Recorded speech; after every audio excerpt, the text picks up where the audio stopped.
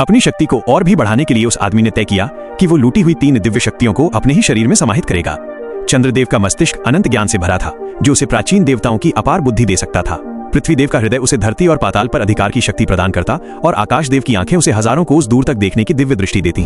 तीनों शक्तियों को अपने भीतर उतारने के बाद उसने शून्य से भी 10,000 डिग्री नीचे की बर्फीली जलधारा में स्वयं को डुबो दिया और उसी क्षण उसका शरीर रूपांतरित हो गया। वो धरती का सबसे प्रबल अस्तित्व बन चुका था।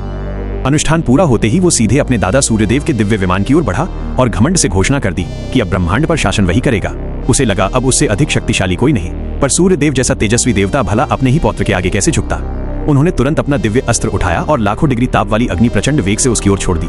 लेकिन उन्हें क्या पता था कि सामने खड़ा युवक अब साधारण नहीं रहा। अवसर मिलते ही उसने तलवार सीधी सूर्यदेव के वक्ष में उतार दी और निर्दयता से उन्हें अंतहीन अंधकार में धकेल दिया। इसके बाद उसने महाअराजक राक्षसों को मुक्त कर पृथ्वी पर आक्रमण का आदेश दे दिया। उसी समय यमलोक में पुनर्जन्म की प्रतीक्षा कर रही एक युवती लगभग निराशा में डूबी खड़ी थी और धर्मराज उसे गहरी खाई में धकेलने ही वाले थे कि तभी उसका प्रिय अर्जुन स्वर्ण कंगन लेकर वहां पहुंच गया।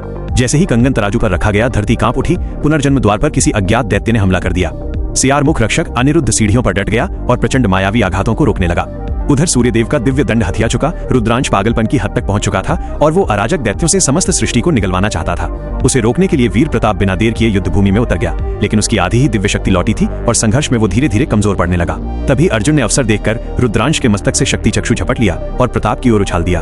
वो दिव्य नेत्र मिलते ही प्रताप की संपूर्ण शक्ति लौट आई। उसने क्रोध में दहाड़ते हुए महाटावर की चोटी फाड़ दी, रुद्रांश के पंख नोच डाले और उसे ऊंचाई से नीचे पटक दिया। फिर एक ही प्रहार में उसका अंत कर दिया।